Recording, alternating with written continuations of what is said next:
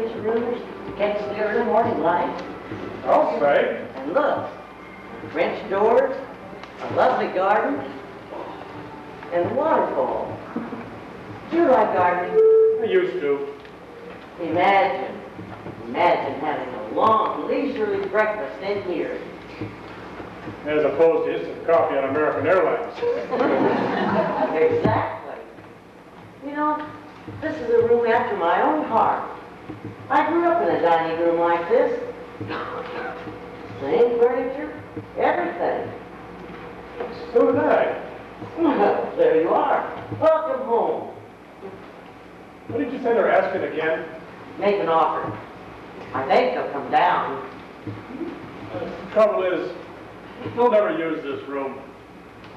Come on now. Oh, that's right. The last two houses we lived in, my wife used the dining room table to sort laundry. Maybe you better show me something more contemporary. That means something farther out. How long do we have to find you a home? 1 day. And how long will your company keep you here once we find something? 6 months to a year. Oh, definitely then. We'll have to find something farther out. You can look at the kitchen as we leave. You shouldn't have shown me this first. Well, it's something to go by. You've spoiled everything else. Oh, no, now. We'll find something. But isn't it a lovely room? Let's go. Or I'll buy it.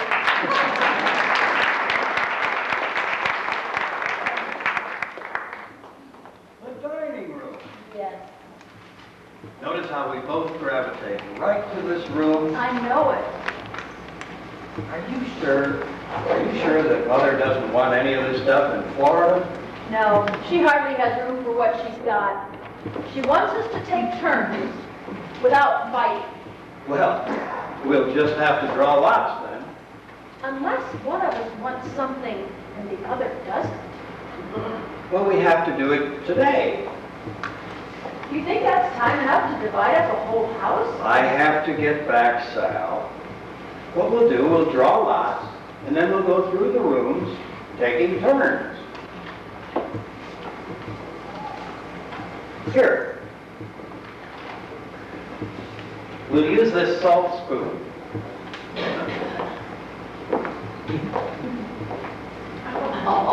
Take your pick. You get the spoon, you get the dining room. You mean you want to start here? Well, we've got to start somewhere. You mean you want the dining room? Well, yeah. I know what will happen if you win. Well, that's my problem, Sal. Where will you put it? I thought you had a tiny apartment. Well, come on, Sal, choose. Come on, you don't really want it. Of course I want it. I mean, you already have a perfectly good dining room. Not as good as this. Oh, I don't want to fight. Choose which hand. I know what will happen if you win. What? You'll end up selling it. Selling it? That's what will happen. It will kick around for a while and you'll end up calling a furniture dealer. Oh, Sal, maybe we better defer the dining room. Well, maybe we should. Good morning, sir. Good morning, Annie. Selling the dining room? Is that what you told Mother I'd do? I told her I'd give you the piano if I can have the dining room.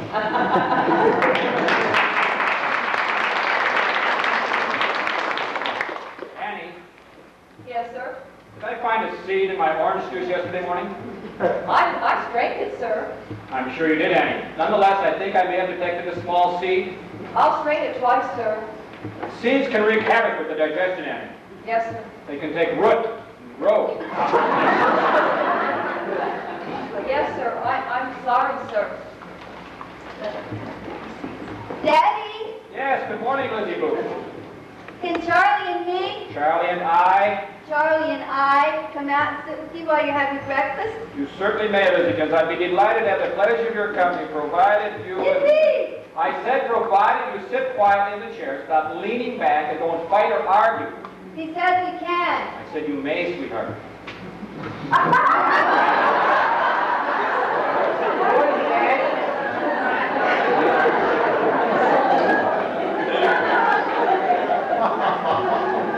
Here's your drink, sir. Thank you, Annie. You're welcome, sir. Dad, when do we get to have fresh cream on our cereal? When you grow up, that's when.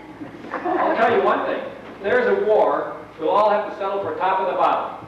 Mother says you were thinking of having us eat dinner in here with you every night. Yes, your mother and I are both thinking about that. And we're looking forward to it. As soon as you children learn to sit up straight, and I see no reason why we shouldn't all have a pleasant meal together every evening. Could we do it tonight, Dad? Could you give us a test? Not tonight, Charlie. Tonight we're giving a small dinner party, but I hope very much that you and Liz come down and shake hands. But I get so shy, Dad. You'll just have to learn, sweetie pie, that half of life is learning to meet people. What's the other half, Dad? Was that a crack? No, Dad. It was a crack, wasn't it? No, Dad, really. That sounded like a smart guy wisecrack to me. People who make cracks like that don't normally eat in dining rooms. Your car's here for school, Lizzie. Okay. Thank you, Annie. Thank you, Annie.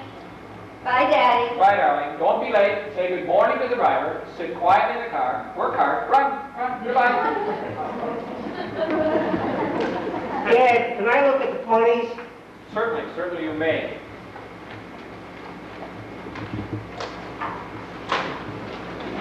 This won't mean much to you, but the government is systematically ruining this country. Miss Kelly told us about the government. Oh, really? And who is Miss Kelly, pray tell? She's my teacher, Dad. I don't remember any Miss Kelly. Well, she's new, Dad.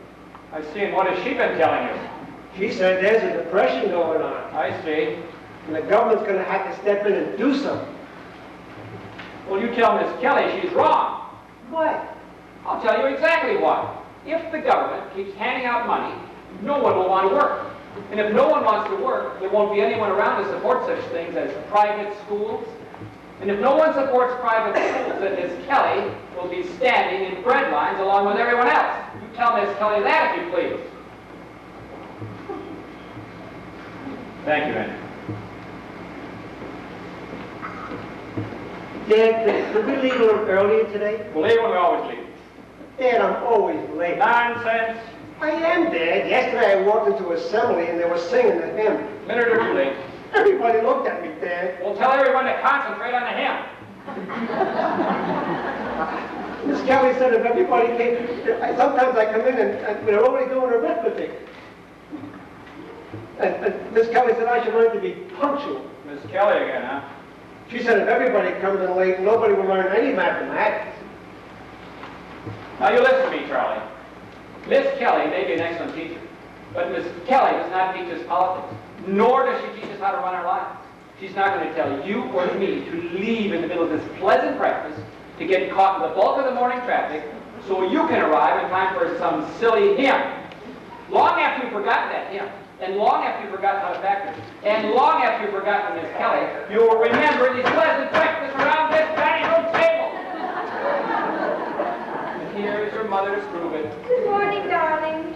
Morning, Charlie. I know people who leap to their feet when a beautiful woman enters the room. Oh, that's all right, dear. And I know people who rush to push their mother's chair. Thank you, dear. And finally, I know people who are quick to give their mother the second section of the paper.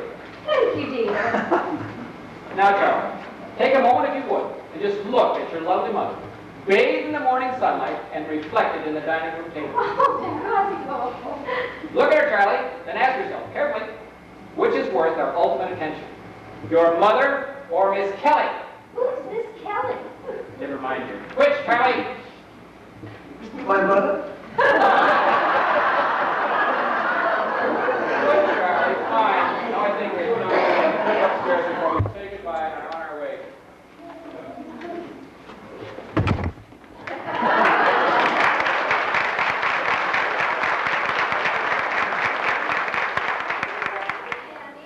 Good morning, Lily. Annie, tell Cook I'll have 2 poached eggs for breakfast this morning. Yes, Lizzie.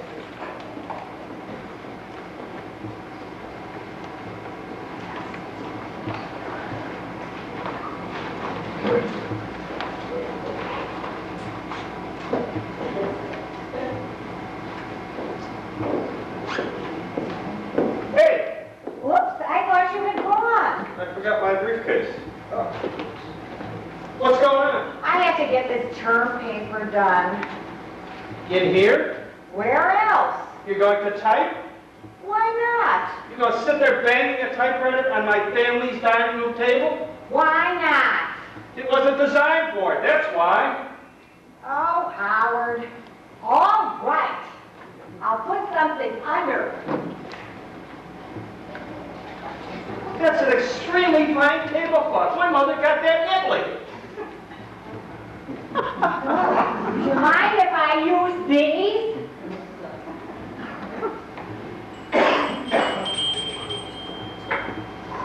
Yes, Mrs.? Annie, I wonder if something happened to my poached egg. Irma's making 2 more, Mrs. 2 more. The first 2 slid off the plate. Is she drinking again, Annie? I don't think so, Mrs. Well, I guess I'll just have to see.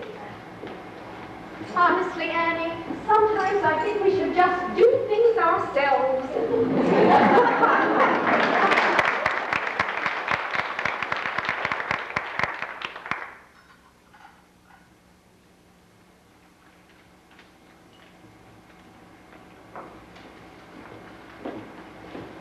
Don't you have a plane to catch?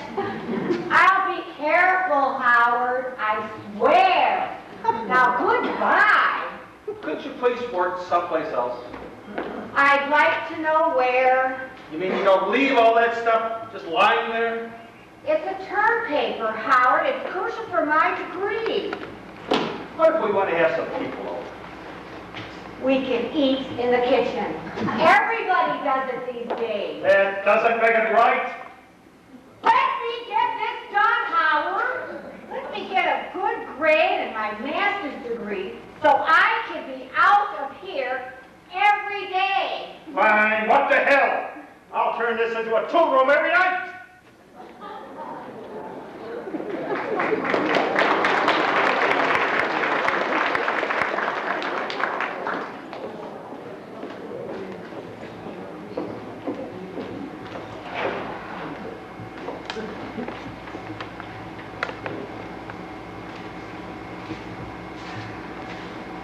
Why did you tell Mildred to wake me so early, Mother?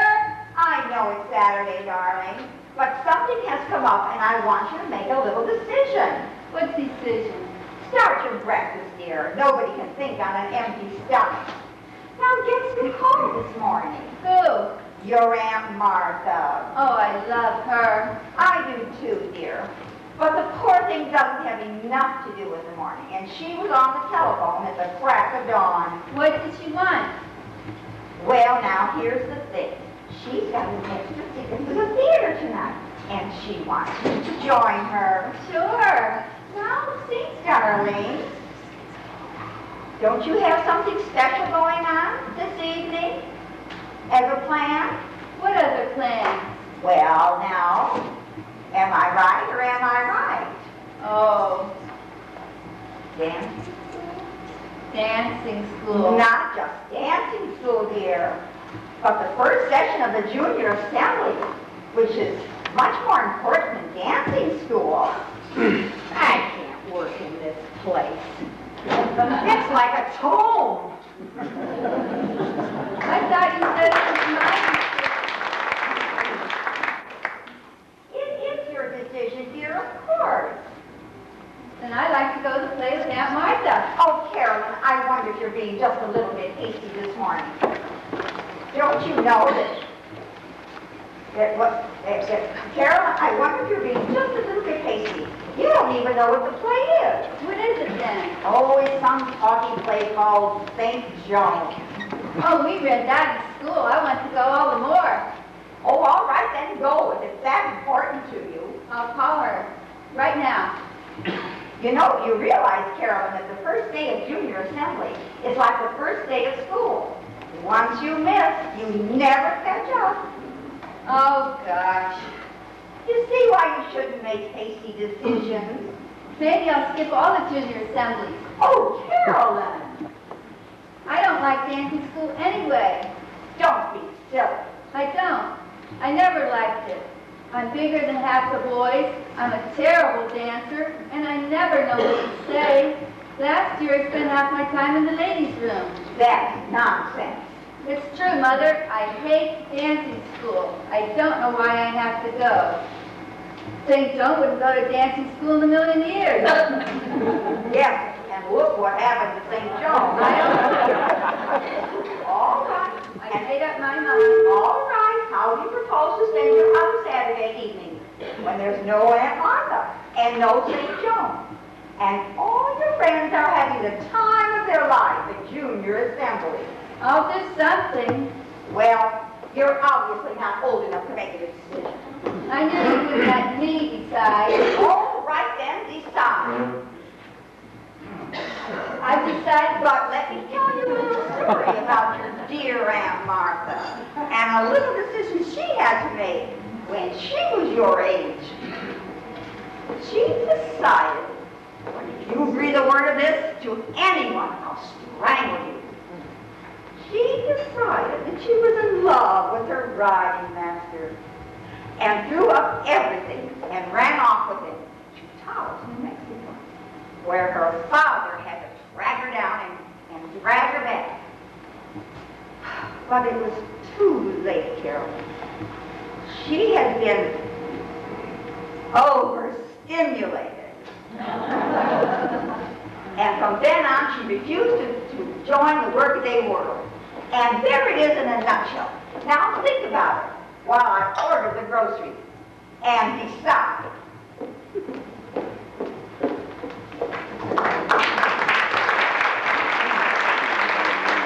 I've decided, Mother. Good, I hope you come to your senses. I've decided to call Aunt Martha. Oh, Carol! You got a pencil. Why are you waiting, Carol?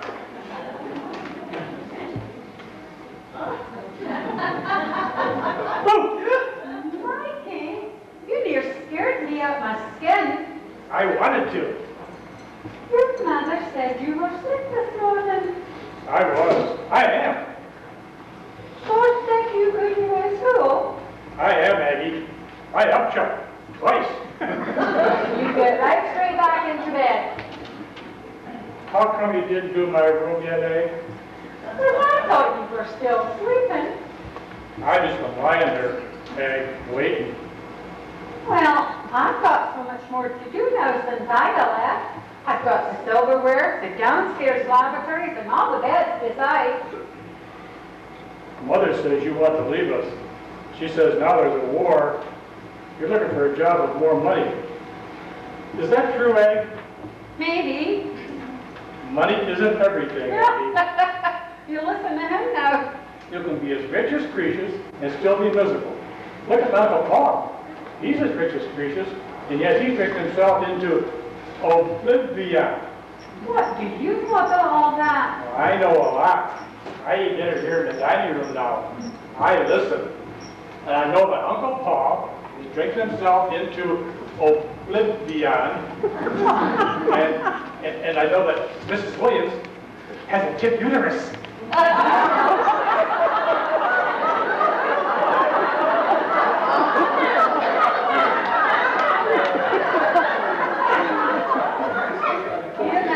You just stop that talk. Well, it's true, Aggie. It's just true that money isn't everything. So you don't have to leave us. It's not just the money, darling. Then what, Egg? Are you still mad at me for peeking at you in the bathtub? Enough now. Then what is it, Aggie? Why are you just leaving? Because I don't want to do domestic service anymore. Why? Because I just don't like it no more, Mike. I'll help you, Egg. I swear. I'll make my own bed. I'll pick my own towel. And I'll try to be much more careful when I pee. No, really I will. And I'll tell my parents not to have free dinner parties. And I'll tell them to give you more time off. I'll tell them to give you all day Sunday. No, darling, no. I'm serious, Egg. I know, darling, I know. When will you be leaving that, Egg? for summer. You're gonna get married, aren't you, Ann? Maybe. That guy you told me about from church. Maybe. You gonna have children? You will. I know you will. Will you come back to see us? Oh my, yes. You won't, Egg.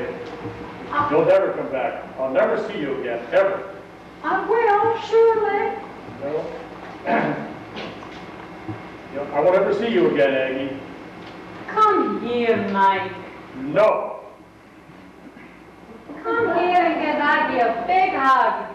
No. Why should I? No. Just a squeeze for old time's sake. No. Go hug your own kids, Agnes. Mikey!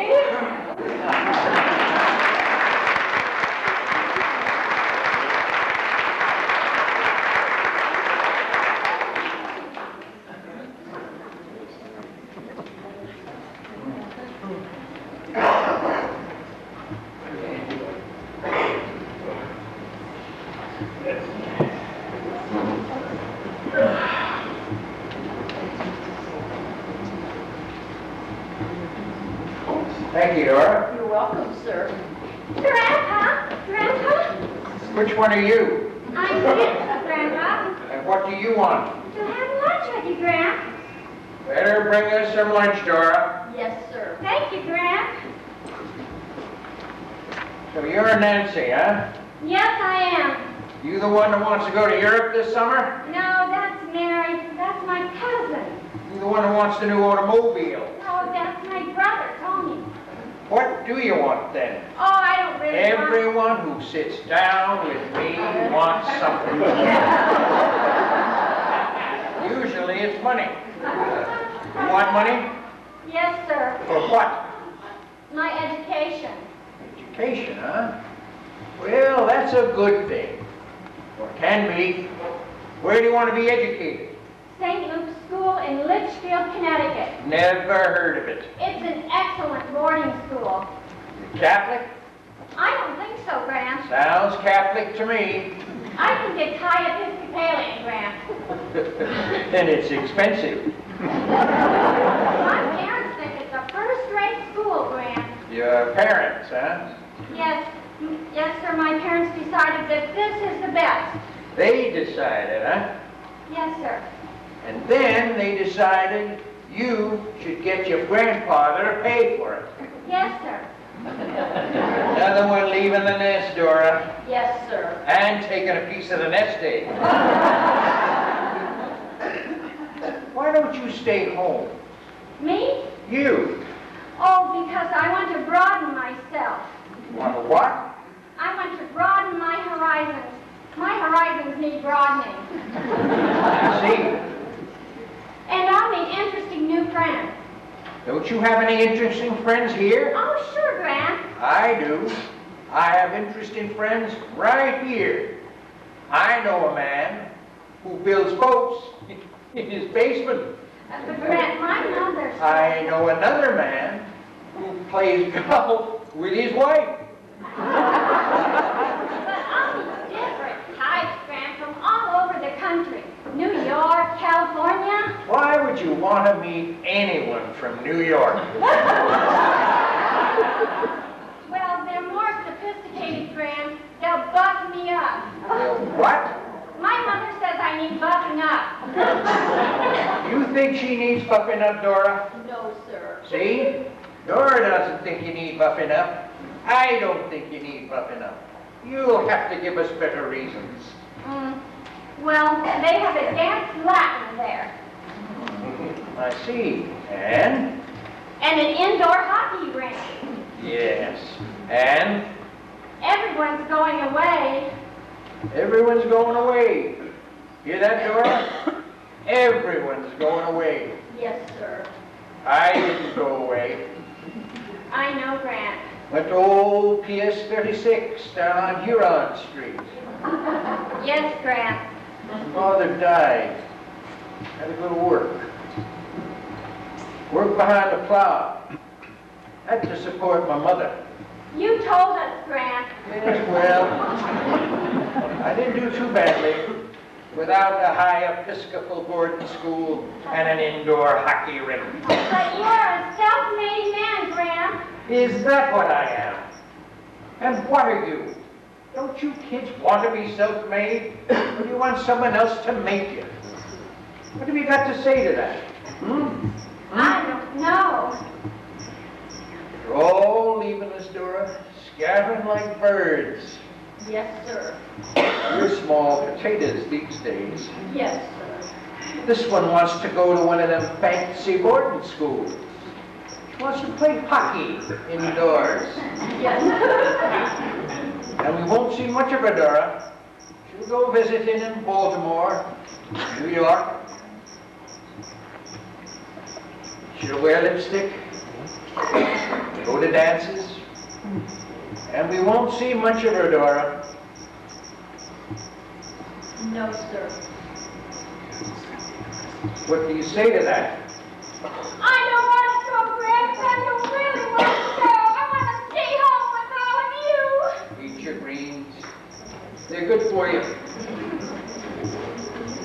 No, you go. You've got to go. I'll send you to St. Who's and Betsy to Miss Watsy's and Young Andy or whatever it's called. And Mary will go to Europe this summer. And Tony will have his new automobile and everything will be just dandy. Go on. Enjoy yourselves. Leave town, travel, see the world. Bound to happen. When you get back, you know who'll be sitting here? I'll tell you who'll be sitting right in that chair. Some other gentleman will be sitting at that table, saying the same things to his grandchildren. Your grandchildren will be back behind the plow.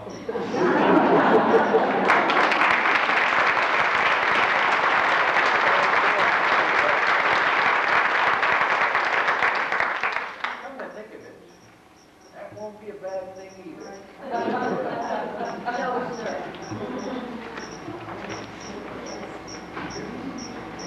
Well, go on, hurry. Bring him his checkbook before he falls asleep. Mom?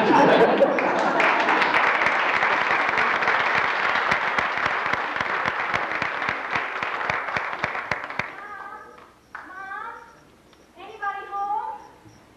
See, I told you she isn't here. Where is she? She works at a boutique, and my father's way on business. Come on, I'll show you where they keep the liquor.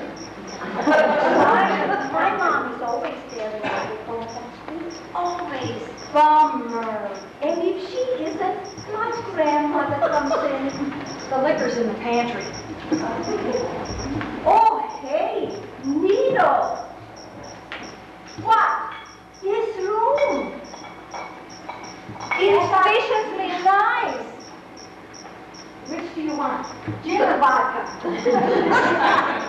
You decide. Well, there's more gin, so it's less chance they'll notice. Gin then. But the reason there's more gin is because I put water in it last night. Tell you what, we'll mix a little of both. Okay. Do you ever use this room? Oh, sure. Special occasions, huh? When relatives come to visit? Every night. Every night? Well, at least every night they're both home. Really? Yes, when they're home, my father and sister will eat in the dining room at 7 o'clock.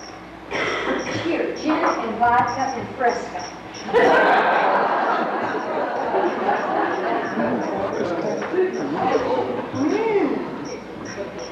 It must be nice eating in here. Oh, yeah, you bet.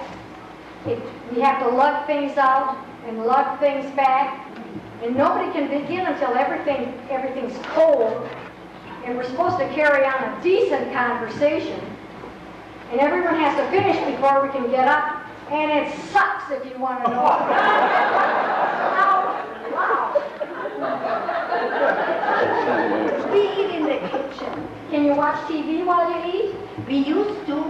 We used to watch the local news and the weather. That's something, at least you don't have to talk. Yeah, but now we can't anymore. My mother lived in the family circle. Their TV's bad at meals. Now we turn on the stereo and listen to semi-classical music. My parents said they tried eating in the kitchen when I went to boarding school. But when I got kicked out, they moved back in here. They said it's supposed to be a sense of stability. Do you think it gives you a sense of stability? Hell no. It only makes me nervous. I have to, they take the telephone off the hook so nobody can call, and my brother gets itchy about homework, and when my sister had anorexia, she still had to sit in here and watch for God's sake. And my parents spend most of the time bitching. And the whole thing bites, Helen. It really bites. It bites the big one.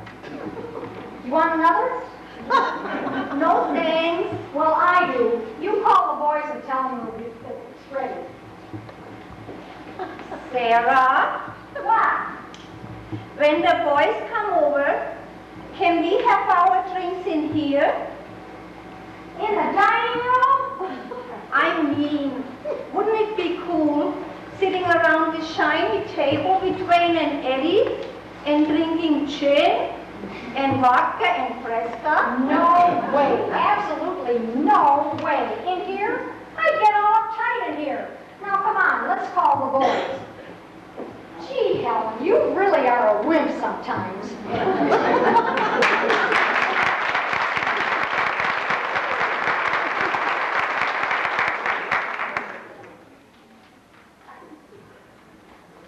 Would you mind standing up over here and Harriet? I want to get you in the afternoon light. Why, certainly, Tony, dear. Now, you know, I thought I'd use this Irish linen placemat with the matching napkin. You know, they have to be washed and ironed by hand every time they're used.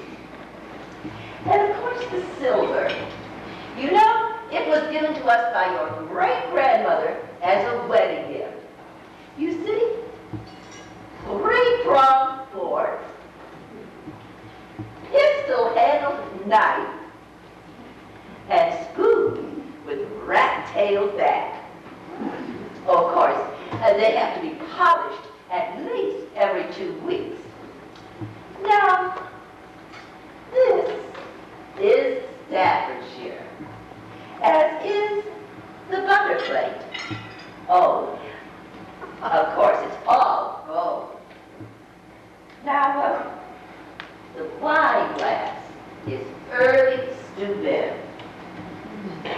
But the goblet and the finger bowl are both Waterford. Oh, of course, none of this goes in the dishwasher. It's far too delicate for detergents. Finger bowls? Oh, my, yes. Oh, my side of the family always used finger bowls between the salad and the dessert. Would you show me how they work? Why, certainly, dear. You see, the maid would come and take away the salad dish, and then she would place the finger bowl in front of us. Oh, and there might be a little rose floating in it, or maybe a slice of lemon. Of course, we had our napkins on our laps, like this. And then we would dip our fingers into the finger bowl, gently, gently, and we'd wiggle them around a little. And then we would shake them off, dab them on our napkin, dab our lips, and then she would take it away, and in would come a lovely sherbet. Or maybe a chocolate mousse. Thanks, Aunt Harriet. That was terrific. Oh, well, you're welcome, dear. Now tell me, Tony, what was this for? I didn't quite understand it on the phone. Well, this is a classroom project for Bradley University. All right. Project. In what, pray tell? Anthropology, actually.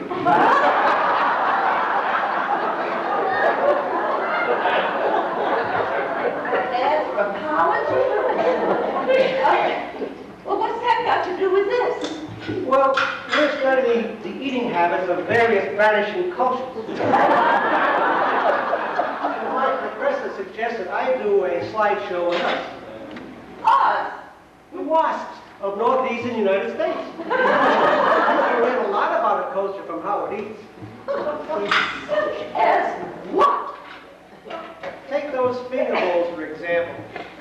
There you have an almost neurotic obsession with cleanliness, reflecting the guilt that comes with the last stages of capitalism. Or the unnecessary use of that glass and pottery and china and the compulsion to display it. Or the subtle hint of aggression in those pistol-handled knives. I'm afraid I'm going to have to ask you to leave, Tommy. Out! Out before I call long distance to your mother.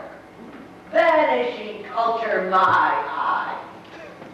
And I forbid you to mention my name in the classroom or show one glimpse of my personal property. And you can tell that professor of yours I've a good mind to drive up to Bradley with his pistol-handled knife in the seat beside me and cut off his anthropological boulder.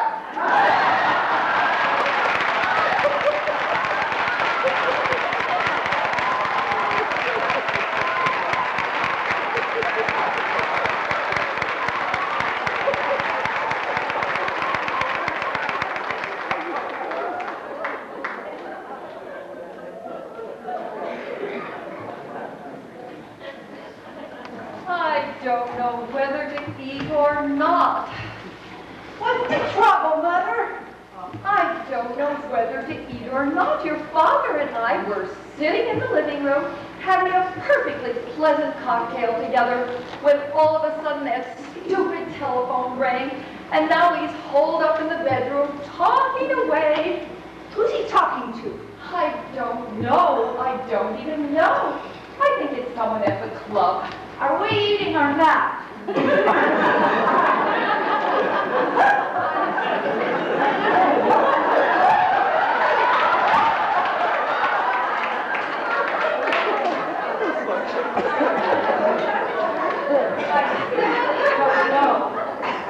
I don't know whether to go ahead or not, Bertha. Mr. Fletcher is still on the telephone.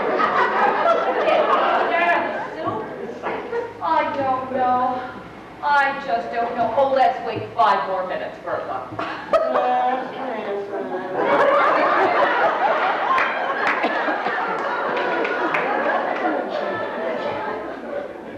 Honestly, that telephone, I could wring its neck.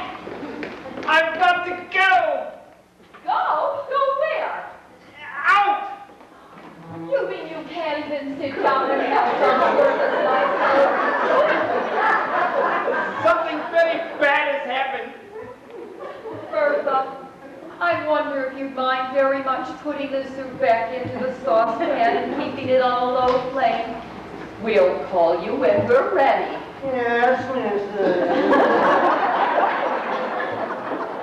Now, what on earth is the matter? Henry has been insulted down at the club. Insulted? Uncle Henry? Binky Byers made a remark to him in the steam bath. Oh, no. What did he say, Dad? Yes, what did he say? I believe I was speaking to your mother. Binky made a remark, and apparently a number of the newer members laughed.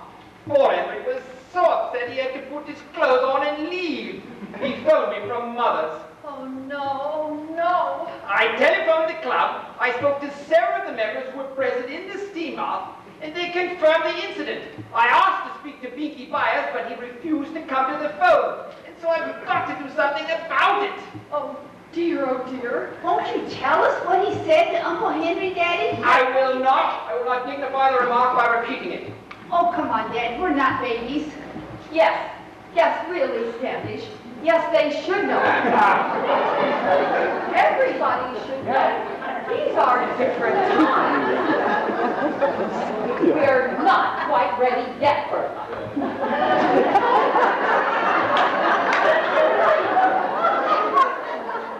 Now, go on, Standish.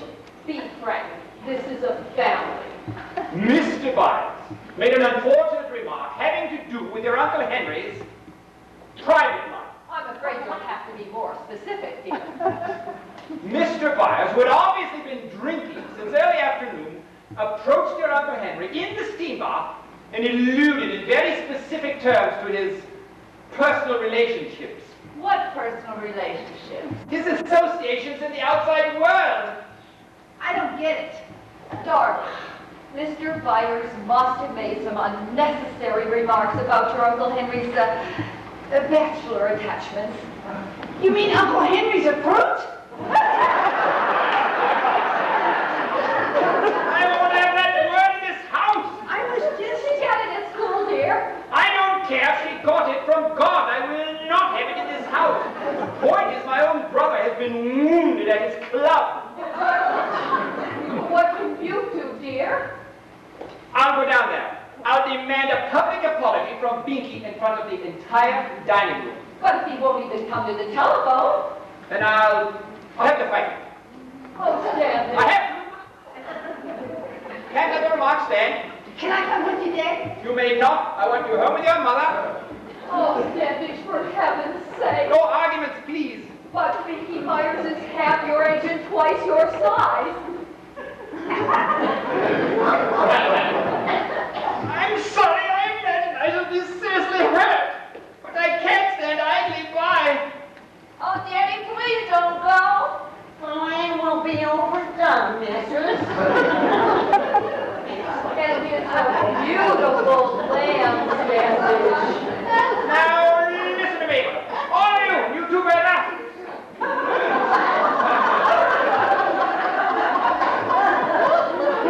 There's nothing I'd rather do in this world than sit down with all of you at this dining room table and have some of Bertha's fine celery soup, followed by a leg of lamb with mint sauce and roast potatoes. Am I right about the sauce and potatoes, Bertha? Oh, yes, sir. There's nothing I'd rather do than that, but I have to forego it. My own brother has been publicly insulted down at his club, and that means our family has been insulted. And so if I stayed here, if I sat down with all of you now, I wouldn't be able to converse. I wouldn't be able to laugh. I wouldn't be able to correct your grammar, Louise. I wouldn't be able to enjoy your fine meal, Bertha. I wouldn't even be able to kiss my handsome wife goodbye. Goodbye, dear. Goodbye, darling. Goodbye, Claire. Goodbye, Daddy. Goodbye, Louise. Oh, goodbye, Daddy. Good luck. Good luck. Goodbye, Claire.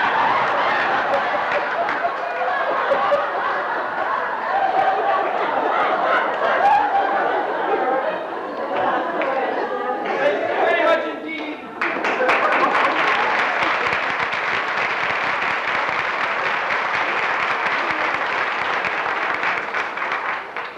Of course, we can't eat now, Bertha. Yes, yes.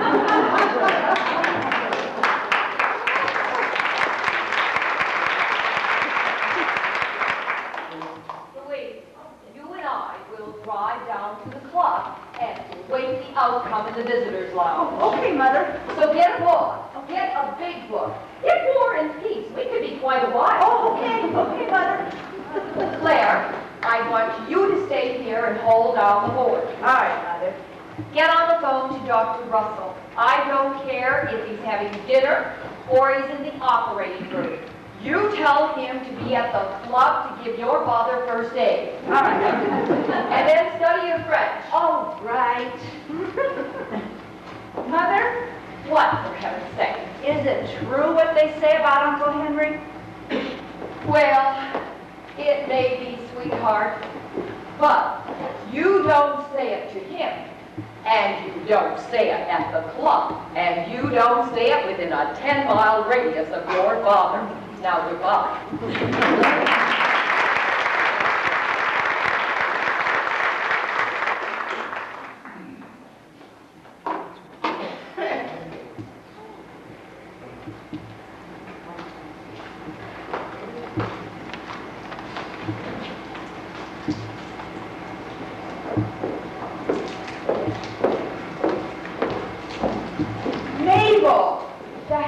house looks absolutely spectacular. Thank you, Mrs. Let's see now. Oh, yes. Oh, I want to pay you. This is for you, and this is for Velma in the kitchen. It includes your taxi, so you can just leave when you're finished. Thank you, Mrs. And now I'm going to check the living room. Oh, Mabel, I heard some strange news through the grapevine. Mrs. Relman tells me you won't be available anymore. No, Mrs. Not even for us, Mabel. We've used you more than anyone. I'm retiring, Mrs. Mabel, for special occasions, can I call you? Can I even call you at your nephew's? He's moving away, Mrs. Where will you go? What will you do?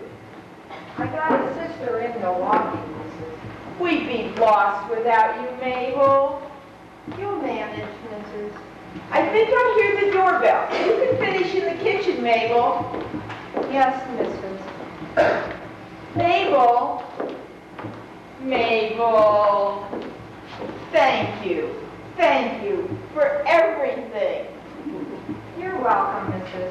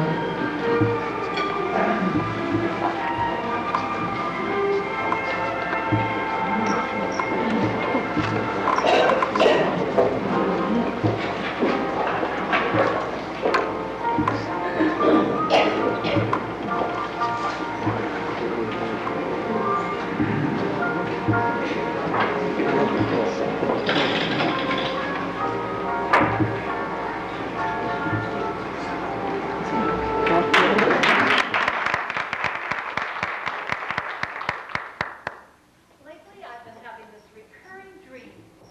We're giving this perfect dinner party. We have our dining room back, and grandmother's silver before it was stolen, and John's mother's royal Dalton dinner plates before the movers dropped them. And even finger bowls, I just knew where they were. And I've invited all our favorite people. Oh, I don't mean just our old friends. I mean everyone we've ever known and liked. We'd have the man who fixes our Toyota, and the receptionist at the doctor's office, and that new teller at the bank. Oh, our children would be invited too. And they'd all come back from wherever they are. And we'd have 2 cocktails and hors d'oeuvres and a first-rate cook in the kitchen and 2 maids to serve, and everyone would get along famously.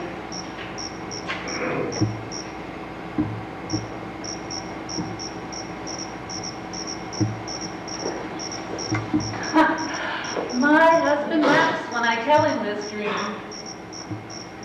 Do you realize, he says, what a party like that would cost? Do you realize what we'd have to pay these days for a party like that? Well, I know all that, but sometimes I think it might almost be worth it. Come here.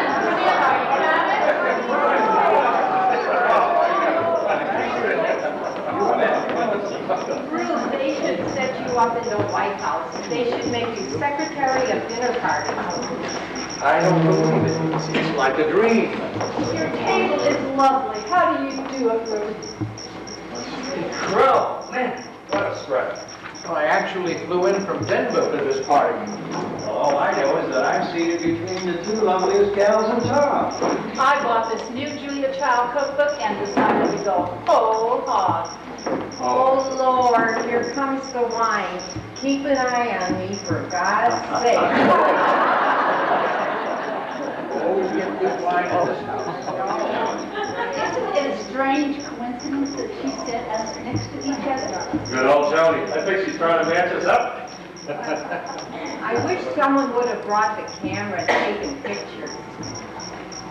It would have been nice. This is such a perfect setting. Beautiful. A wonderful time to be here. And the food, I'm sure, will be much better than the theater line. Oh, that's good. I raise my glass to all of us. Salute. Here, here.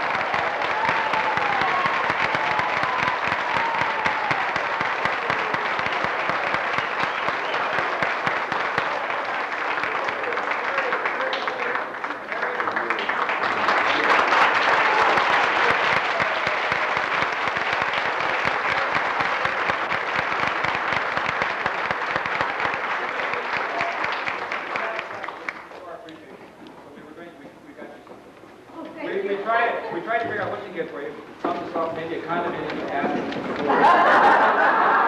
a world cruise for you and your husband.